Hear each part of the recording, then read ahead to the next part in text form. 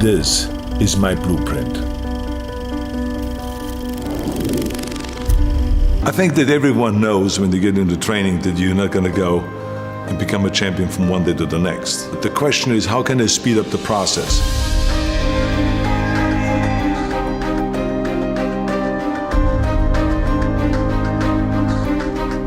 And then the important thing is that you train the proper way, which is to train the basics. That if it is the squats, if the two-arm curl, if it's the bent over rowing, if it's the clean and the press, the bench press, the incline press, the dumbbell press, all of those basic exercises. And that's what you need to do, especially the last 3 months before competition. You got to shock the muscle, and shock the muscle with different kind of training principles.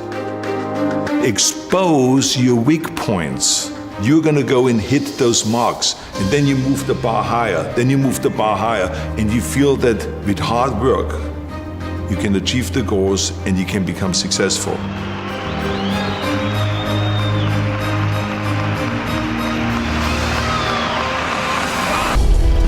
I think that the 3 exercises for chest that I have always done, the first year when I started training and the last year when I was training, is bench press, incline press in different levels. So to start low, medium, and high, and then flies.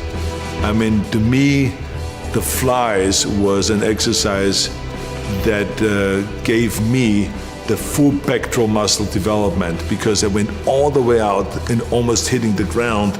And I was a big believer in expanding the chest as much as possible and giving that stretch, because remember, with muscles, the important thing always is to get the stretch and to get the flex.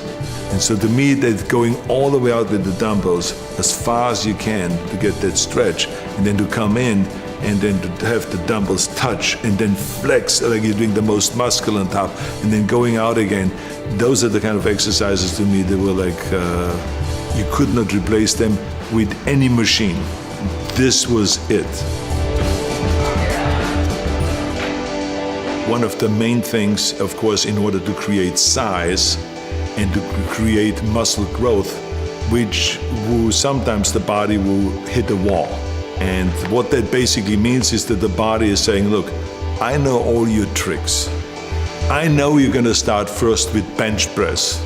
And then I know you're gonna walk over to the chin-up bar and do chin-ups. And then I know you're coming back to the bench press, and then you go to the chin-up bar and come back to bench press. I know that routine. I know exactly everything you do, and I am prepared for that. So you have to go and use the shocking principle. If the body and if this chest knows that I'm going to start with 135 and then I go to 225 and do 275, I'm going to go and start now with 315. And I'm going to do 20 reps with 315. And then I'm going to go and have the guys pull off plates. And then I have 225 left. And then I'm going to do another 10 reps. And then I'm going to have them take off another 45-pound plate, and then I have 135 left. And then I'm going to go to do another 10 reps. Or maybe if I can, do 15 or 20 reps. And let's see if the pectoral muscle is used to that. And then all of a sudden you will find that your pectoral muscle is shaking after that, and you don't know what to do because it's cramping and it is being tortured and it is in pain because you have now shocked the muscle. Bent over rowing with a barbell and the T-bar rowing. I mean, any kind of a rowing exercise that gives you the thickness. Those are the exercises I always rely to, again, from the beginning to the end.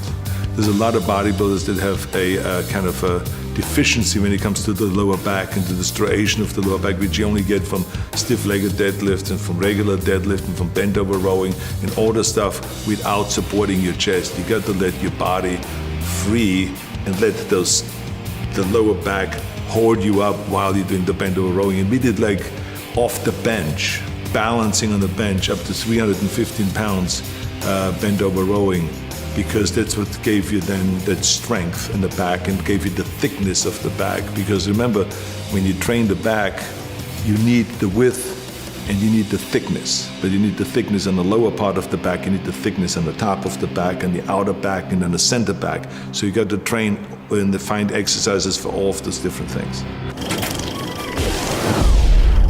Curls, barbell curls. I was up doing reps with 275 in the barbell curl. Many times we would start out with a heavy weight, and do just 1 rep. Then have them pull off plates and the curl, but just enough that they can now do 2 reps. Then pull off plates and do 3 reps. Then pull off more plates and do 4 reps after that. And so this is how I would go up until, without ever putting the bar down, to really let the bicep know, you don't know what's coming.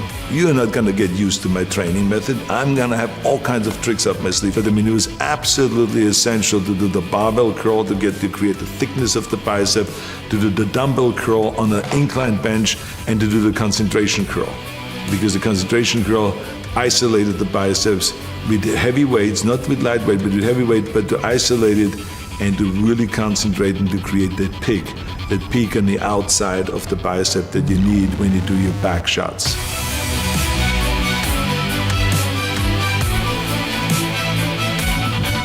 The tricep was narrow bench press, a lot of narrow bench press in the early days, then triceps extensions down, and then overhead tricep extension with 1 arm and with both arms. And then also tricep extension onto a bar, where you let the body, the head go onto a bar and press out in order to use your own body weight. Shoulders, dumbbell presses, barbell presses in the front and in the back. I mean, we always did the rear press behind the neck kind of presses, the military presses, the dumbbell press, which is now called the Arnold press. Because there was a certain way that was done in order to really create the stretch of the front delta and to come down with the elbow here, not just to here, but to come all the way down and then to rotate out and go up and to get that full flex. And then lateral raises, and especially bent over lateral raises on a bench. That is a 45-degree bench. This is a specialty that I've learned at Vince Gironda's gym. And he had this cutout on the face where you could still breathe, where you don't have to look sideways, but you can breathe. But it is 45 degrees, and to turn your wrist outward like this. And it is a fantastic rear deltoid exercise. We many times went into the gym just as 1 day a week, where we went to 110-pound dumbbells and we did dumbbell presses. We did 6 reps. That's all I could do, 6 reps. So we picked up the 100 and did another 6 reps. Put them down and took the 90s and did another 6 reps. And then we picked up the 80s and we went all the way down to the 40s. And barely could do 6 reps then with the 40s. But I can tell you that I did not know where to put my arm, because my deltoids were screaming. They were in pain. Why? Because I shocked the muscle. Squats is, I think, the most important exercise to create thighs, big thighs. Squats, rear squats, front squats, leg extensions, lunges, stiff-legged deadlifts, or good morning exercise with stiff legs, and a lot of leg curls. Then we sometimes, in order to shock the body in the muscle, we would switch from squats to leg press, to just load up the leg press machine and do a lot of leg press and stuff like that. There will be regular ab training that we did for abs, which is just leg raises with straight legs, leg raises with bent knees, sit-ups, Roman chair sit-ups, which gives you the 500 reps, which was an absolute necessity and we all believed in, and then crunches. I think the important thing is that you always go all out in every set, and that you really, don't save yourself for the next set, because that's another big mistake that a lot of people make. They say, okay, I'm going to do 20 sets, so I better take it easy on the 3rd and 4th set, and then the 5th set, and then the 10th set, because I still have 10 sets to go. But that's the wrong approach. Each set ought to be going all out. I think the most important thing is that you eat the right way, and that you get in the amount of protein that your body needs. And there's always, of course, a debate, how much protein does the body need? I always lived off the formula that for every pound of body weight, I want to get 1 gram of protein. The challenge, of course, is that how do you get this 250 grams into the body and have the body take it all in rather than just letting it go through. I felt like that for me, it worked best when I had 5 meals a day. There's some people that can work with 3 meals, For me, 5 meals was the answer. And the reason is because I never was a big eater. I always felt comfortable with a regular sized steak. If you give me a 10-ounce steak, even in my heyday, I was happy.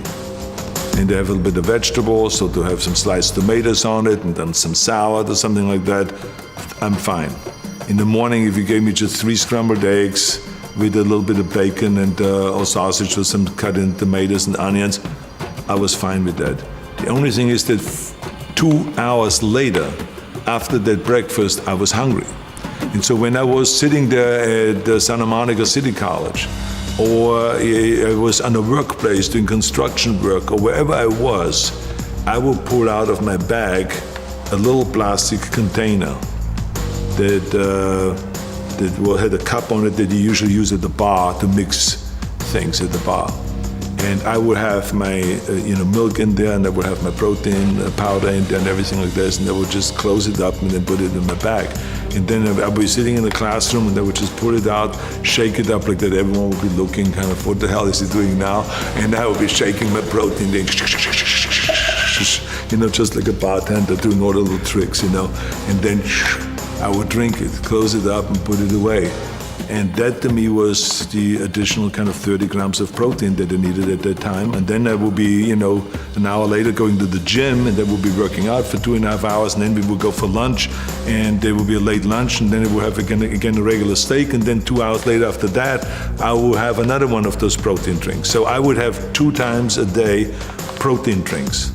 That in order to get the 250 grams of protein, because as I said, it is absolutely essential that we have enough protein so that we can really experience the muscle growth. But we have to recognize that we will not get all of the nutrients, the vitamins, the minerals, and the proteins, and all of the stuff that the body needs just with regular meals. This is why we have supplements, and that's why they are called supplements, because we are supplementing because we don't get enough from regular meals, no matter how healthy and how good you eat. All 3 contestants, Lou Ferrigno, Serge Nubret, and Arnold Schwarzenegger, for a pose down for the final decision for the judges. So now I've built a certain amount of mass during the year, and I have worked now on certain weak points throughout the year. And now with the combination of the diet and of higher repetitions and more exercises and more sets, take that mass and chisel it down and work on the details. And that's why I call the period before competition the most exciting period, because that's where you really have to concentrate, pay close attention to it every day, look at yourself in the mirror in an honest way, and expose your weak points. That motivates you then. That's what makes you train harder. So you got to expose those weak points. But the key thing is to set little goals, to do the training every day, to eat the right way, and you're gonna go and hit those marks. And then you move the bar higher, It is really exciting to do that, and you feel that with hard work, you can achieve the goals and you can become successful.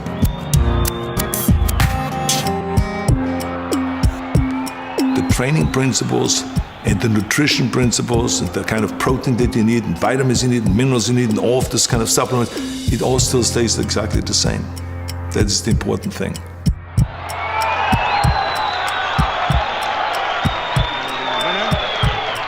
One and only, Arnold Schwarzenegger.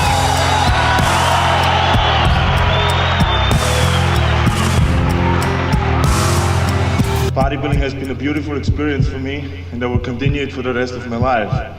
I only stopped competing, but I'm not stopping bodybuilding. It's the greatest sport. Thank you.